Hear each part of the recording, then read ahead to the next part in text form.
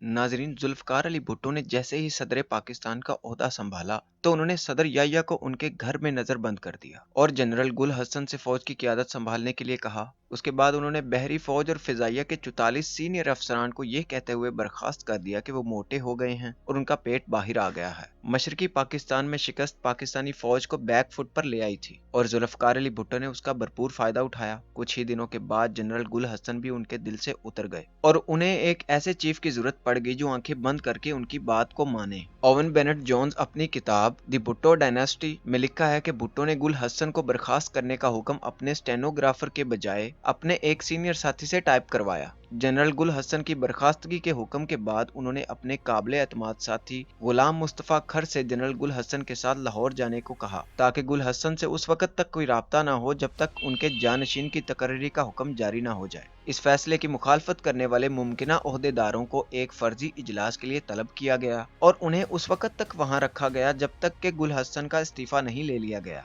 Radio और TV स्टेशनों पर पुलिस तैनात कर दी गई और पीपल्स पार्टी ने रावलपिंडी में एक अमूमी जलसा इस मकसद के साथ मुनक्किद किया कि कहीं सदर भुट्टो को इस मामले में अवामी हिमायत की जरूरत न पड़ जाए। गुल हसन के बाद भुट्टो ने अपने काबिले एतमाद जनरल टिक्का खान को पाकिस्तानी फौज का सरबराह मुकर्रर किया। नादरीन, कुछ ही महीनों के बाद भुट्टो का तकब्बुर इतना बढ़ गया कि उन्होंने पार्टी के सीनियर साथियों की भी तौहीन करना शुरू कर दी। भुट्टो की बायोग्राफी जुल्फी ऑफ भुट्टो में स्टैनले वुलप्रेट ने लिखा है, 2 जुलाई 1974 को भुट्टो के सदारती उमूर के वजीर जलालुद्दीन अब्दुर रहीम और मुतद्दर सीनियर साथियों को इशाइया पर मदऊ किया। इशाइये का वक्त 8 बजे था, लेकिन मेजबान भुट्टो खुद वहां नहीं पहुंचे। जब रात के 12 बज गए तो रहीम ने अपना गिलास मेज पर रखा और चीख कर कहा, तुम सब चमचे जब तक चाहो उस वक्त तक लाड़काना के महाराज का इंतजार करो, मैं तो अपने घर जा रहा हूँ। जब भुट्टो जियाफत पर पहुंचे तो हफीज पीरजादा ने उन्हें रहीम के सलूक के बारे में बताया। देर रात गए वजीर आजम की सिक्योरिटी के सरबराह ने रहीम के घर जाकर उन्हें इतना मारा कि वो बेहोश हो गए।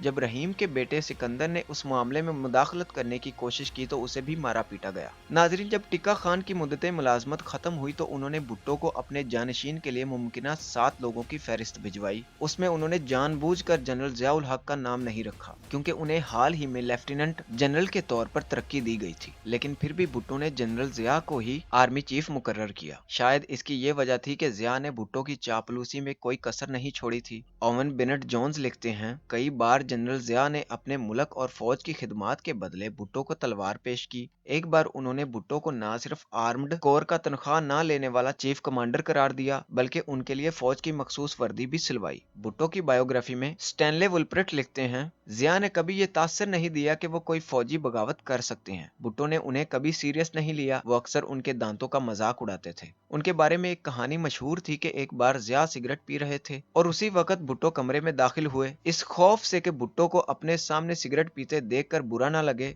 उन्होंने फौरन जलती सिगरेट अपनी जेब में डाल ली। थोड़ी देर बाद कमरे में कपड़े जलने की बू फैल गई। जुल्फकार अली भुट्टो ने सोचा कि जो शख्स उनसे इस कदर डरता है वो उनके खिलाफ कैसे बगावत कर सकता है। इसी दौरान भुट्टो हुकूमत के खिलाफ मुल्क भर में मुजाहरे शुरू हो गए। भुट्टो की बेहतरीन काविशों के बावजूद अमनो अमान बहाल होता नजर नहीं आ रहा था। लाहौर में 3 ब्रिगेडियर्स ने लोगों पर फायरिंग से इनकार कर दिया। एक जगह फौजियों ने गोली चलाने के हुक्म की तामील की, लेकिन सिर्फ हवाई फायरिंग की। ओवन बेनेट जोन्स लिखते हैं, भुट्टो की सबसे बड़ी गलती अपने मुखालफिन से मुज़ाकरात में आर्मी कोर कमांडरों को शामिल करना थी। वो लिखते हैं, भुट्टो के नुक्ता नज़र से वो फौज को साथ लेकर चलने की कोशिश कर रहे थे, लेकिन फौजी अफसरान ने उन्हें दूसरी नज़र से देखा। उनके ख्याल में भुट्टो के इस इकदाम से जाहिर हुआ कि वो कमज़ोर हैं और हुकूमत चलाने की पोजीशन में नहीं हैं। नाजरीन, पाकिस्तान के मारूफ सहाफ़ी खालिद हसन ने अपनी किताब रेयर व्यू मिरर में लिखा, भुट्टो के एक मशीर निराजा अनवर ने फौजी बगावत से जरा कबल भुट्टो और जनरल टिक्का खान के दरमियान एक मुलाकात देखी। भुट्टो ने टिक्का खान से कहा, जनरल, आपको याद है आपने ज़िया को आर्मी चीफ बनाने की मुखालफत की थी। अब आपको एतराफ़ करना पड़ेगा कि मैंने सही फैसला किया था। अगर कोई दूसरा आर्मी चीफ होता तो वो अमनो अमान का बहाना लगाकर अब तक इक्तदार संभाल चुका होता। और 7 घंटे बाद ज़िया ने भी वही किया। नाजरीन, गिरफ्तारी के बाद भुट्टो पर अपने सियासी हरीफ मोहम्मद अहमद खान कसूरी के कत्ल का इल्जाम आयद किया गया। सरकारी गवाह महमूद मसूद ने गवाही दी कि जुल्फकार अली भुट्टो ने उन्हें कसूरी के कत्ल का हुक्म दिया था। विक्टोरिया स्कॉफिल्ड अपनी किताब भुट्टो ट्रायल्स एंड एग्जीक्यूशन में लिखती हैं, मौलवी मुश्ताक हुसैन 5 जजों के बेंच के सरबराह थे। भुट्टो के साथ उनकी पुरानी दुश्मनी थी। जब भुट्टो इक्तदार में थे उन्होंने 2 बार जूनियर जजों को उनसे पहले प्रमोट किया था। समाअत के दौरान जब भुट्टो ने अदालत में खुसूसी तौर पर तमीर शुदा कटहरे में बैठ जाने के हुक्म पर गुस्से का इजहार किया तो मुश्ताक हुसैन ने तंजिया लहजे में कहा, हमें मालूम है कि आप आराम तलब जिंदगी गुजारने के आदी रहे हैं। उसका ख्याल करते हुए हमने कटहरे में आपके लिए कुर्सी का बंदोबस्त किया है, वरना आपको आम मुजरमों की तरह बेंच पर ही बिठाया जाता। मुश्ताक ने भुट्टो को सजाए मौत सुनाई। भुट्टो ने उसके खिलाफ सुप्रीम कोर्ट में अपील की। फरवरी सन 1989 में सुप्रीम कोर्ट ने भी हाई कोर्ट के फैसले पर 4-3 के फर्क से मोहर लगा दी। ओवन बेनेट जोन्स लिखते हैं, इससे पहले कभी भी कत्ल की साजिश के मुकदमे में मौत की सजा नहीं सुनाई गई थी और न ही अदालत उज़्मा के जजेस मुजरिम की सजा और जुर्म के बारे में मुत्तफिक थे। इस सजा पर यह भी सवाल उठते हैं कि मुल्जम को उस वक्त भी कत्ल का मुजरिम ठहराया गया था, हालांकि वो जाए वकूफ पर मौजूद भी नहीं था। भुट्टो ने फैसले के खिलाफ नजरसानी की दरख्वास्त भी दायर की,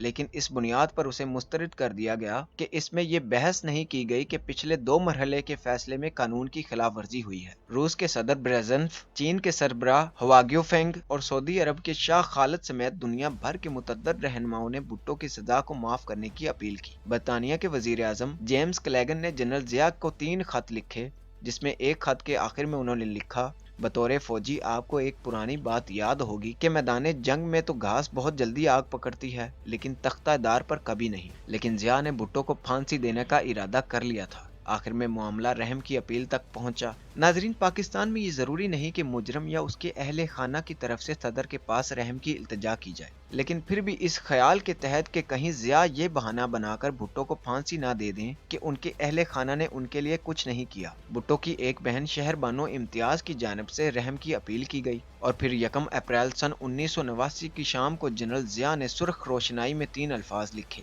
पिटीशन इज रिजेक्टेड, यानी अपील मुस्तरद की जाती है, और इस तरह भुट्टो को फांसी दे दी गई। नाजरीन, अगर आपको ये वीडियो अच्छी लगी तो हमारे चैनल को सब्सक्राइब कीजिए ताकि आपको इस तरह की और भी मालूमाती वीडियोस मिलती रहें।